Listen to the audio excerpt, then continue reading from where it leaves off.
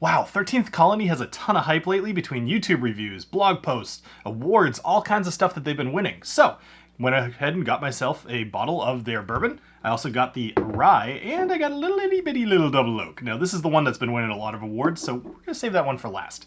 But let's go ahead and talk about their bourbon on the Whiskey Dictionary.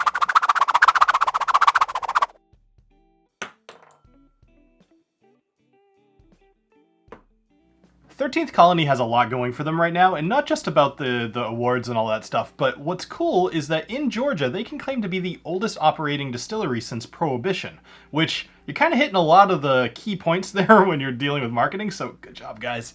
But it's good, you know, and they have a lot kind of going for them. They source their corn from their own private farm, and they are able to pull their water from a well that's attached to the oldest aquifer in the southeast. What I find unique about this distillery is their master distiller by the name of Graham Arthur. Now, Graham is a classically trained chef. He went to Le Cordon Bleu College of Culinary Arts, and he worked as a chef for a little while and then became a distiller. So he brings the palate of a chef to whiskey making, which is a great, great combo, and actually one that you don't see a whole lot. I've run into a couple of times, but for the most part, not somebody who went to Cordon Bleu. Like, that's actually a big deal. So, when you consider this whiskey and Graham's interaction, he tastes every single barrel. And I love that concept. It's a good concept. Could be deadly, because I suspect that this brand is probably going to get a little bit bigger, but we'll see what happens. Speaking of which, something that I thought was very interesting too is this reminds me a lot, in a lot of different ways, of Texas whiskey. Now, if you think about this, right, so Georgia, you're going to be hot all year round. There's about a 20-degree shift in temperature pretty much any given day.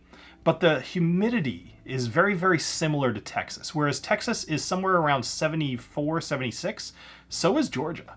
And so you've got very, very similar conditions, and you're going to have a whole lot of this transfer of heat in with the barrel, and you're going to get the expansion, the contraction. You're going to get a lot of color from those barrels.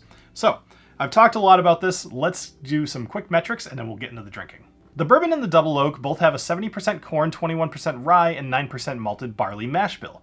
The bourbon is 47.5% ABV and $45, and the double oak is 67.6% and was about $75, but it was also aged for 9 years, so the extra cost makes sense. The rye is 96% rye and 4% malted barley and about $45. Okay, this smell is already driving me crazy. It smells really good. Let's just go ahead and give this a nose. Interesting. For me, the number one thing I'm picking up out of here is leather, like immediately. And I've been smelling it for minutes, so it's going to take me a second to kind of get over that. But I also, when I really get my nose in there, what I'm smelling is something I couldn't identify when I was drinking this last night, but I've just picked it up now. And it's cedar. And I find that very strange because there's obviously no cedar in here. It's oak. But it's definitely there. It's almost like if you took a piece of leather and wrapped some, like a cedar heart in it. It's very, very potent. There's also cinnamon, for sure. Maybe a little bit, there's some sort of fruit here. I want to say it's like a peach or an apricot or a nectarine, somewhere in that range there. Very sweet smelling. Maybe like a hint of toasted oak, but I would say that the oak actually is not a prominent player on the nose here. So that's interesting, because not typical of a bourbon. Cheers, everybody.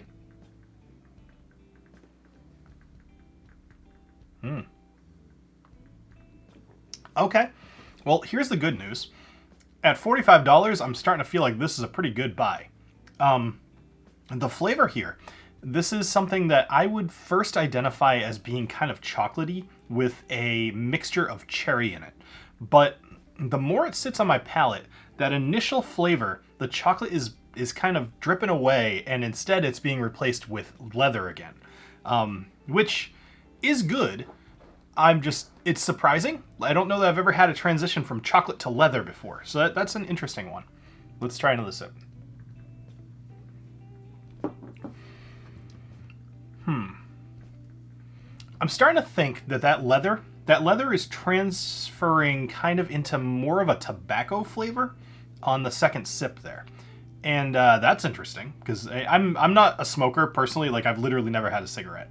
But I have smoked I've smoked cigars. So I have some concept of what tobacco tastes like, and this reminds me of it without the smoke. It is Yeah, it's a very unique flavor for a bourbon. If you had given me this, I would tell you that this is probably more of like just an American whiskey. I would think that you were doing some crazy stuff with this. It's actually kind of impressive that you're getting so many different flavors that are not. Let me back up.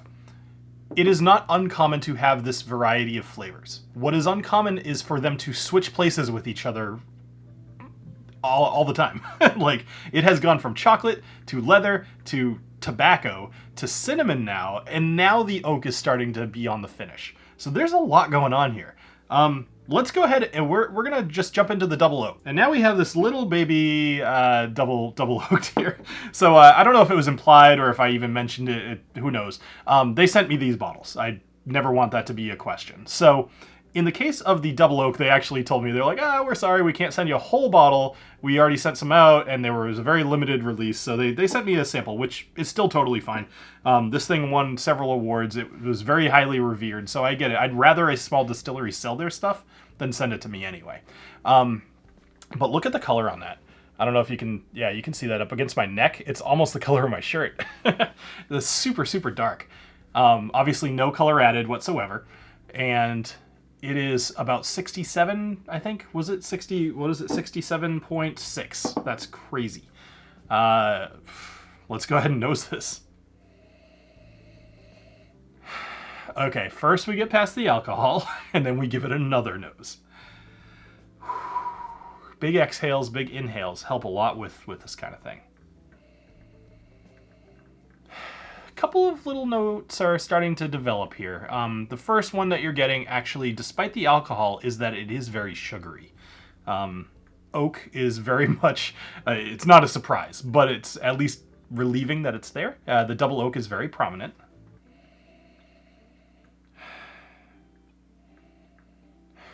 There's almost like a meat thing going on, almost like a salt, like a, I don't want to say bacon because it's that is wrong. Like, it doesn't smell like bacon. It smells like salted meat, beef of some sort, maybe something with just weight to it. Just very, very good.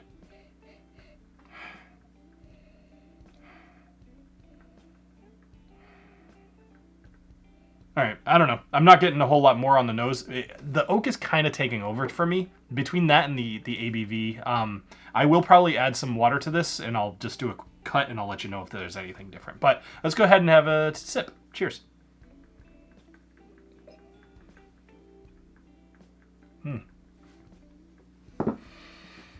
Woo! 67.6. That's a lot. Thankfully, it's not my first drink of the night. But when you drink something this hot, it does take a little bit of time to really get much out of here. But let me tell you what my first impressions are, at least. Because that's important too. Is it good or is it bad? It is good, right? Obviously. So when I taste this, my first thought is that it is sweet. Then I'm getting some of the oak. And then I'm getting kind of like, it's really oaky. Almost reminds me of, and I'll put it up here, when I did that little gimmick about the pappy, and I like licked a piece of wood with cinnamon on it. This actually tastes a lot like when I did that. This is good though. I'm enjoying it, but I can't say that the flavor variance is very high. But let's give it another second, and then I'm going to add some water to it because I think it needs it. So I've added 3 drops of water. I will just tell you, my tongue feels like sandpaper all of a sudden. It's that very, very heavy tannic flavor that you'll get on your tongue where it like almost dries it out. Very interesting though. All right, let's go ahead and have another sip.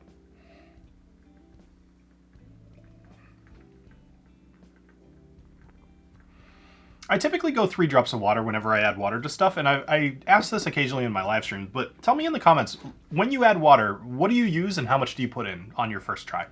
I always find that 3 drops of this little guy is perfect for me. It cuts down on the ABV, and it does tend to open things up. In this case, there are flavors of orange that are starting to come out now. There's a little bit of like a warm apple pie thing going on. I'm going to just reduce that down and say it's probably like a nutmeg flavor. The double oak here, though, this is a significant pour. If you have the chance to buy the one in the fall, I know nothing about it. Assuming it is the same or similar or even just different in the same ways, I think it's going to get gone real fast. So keep that in mind if you are in the market. All right, let's have one more sip of this real quick.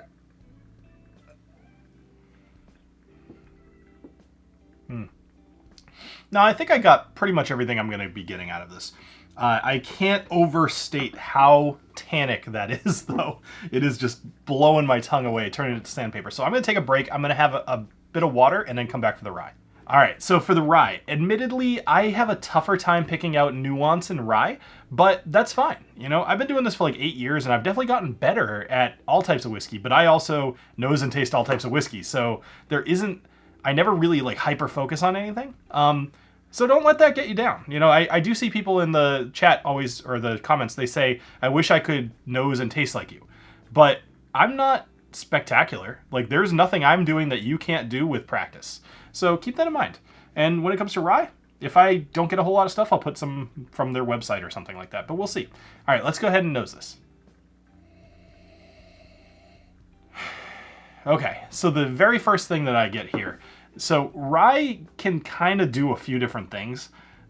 In some cases, you get what I would call rye spice, right? Which is like a warming kind of like, it's not spicy like Tabasco sauce. It's just a spice. You get it from like Irish whiskeys when you have copper pot still. Like, it's just a scent that you know. In this case, this actually doesn't smell like that. What this smells like is one of the other couple things. It can either be herby or it can be earthy with like grass. I would say this is more that grassy note. When I smell this, the first thing I smell is plants, vegetal, right? Yes, very much so. There's nothing more that needs to be said about it. I always close my eyes when I nose too, because I find you eliminate senses, you're able to better concentrate on things. So in this case, I can smell brown sugar. I can smell that vegetal nose, but you gotta get past that. And once you get to that brown sugar, then it starts to open up into a little bit more of like an apricot kind of flavor. Again, with the apricots. So this is interesting. There's like a stone fruit thing going on here with their distillery.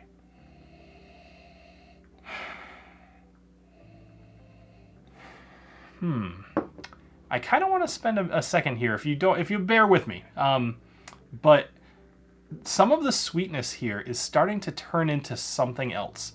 Almost, it's not orange. Actually, I'd say it's a lot darker. I would think I was going down the wrong path. I still stand by the apricot thing from before, but there's another scent here that I'm going to go more like raisin. It's not dates, it's not prunes, it's sweet like raisins. So almost like those golden raisins. Those are a good thing here. But again, you got to get past that whole vegetal thing, which is very heavy on the front here. So let's go ahead and have a taste. Cheers. You know, I gotta say, across the board, they're all winners. I will say something negative. And I'm sorry, you know, guys at 13th Colony, like, just block your ears for a sec. I wish this was like a little bit older. It has still a very, very slight young taste to it. I get that it was picked for its flavor, which I think is wonderful. I wish this was like just a hint older. And here's why I'm saying that. There's very little barrel influence here. That's a wrong statement. There's very little oak to this. The rye is taking over, which is good. I'm doing a bad job explaining myself here.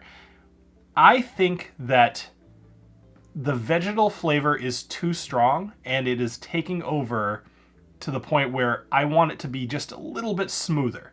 And typically you fix that with age. That's a better way to put what I was trying to say. Let's see what else I get. Cheers.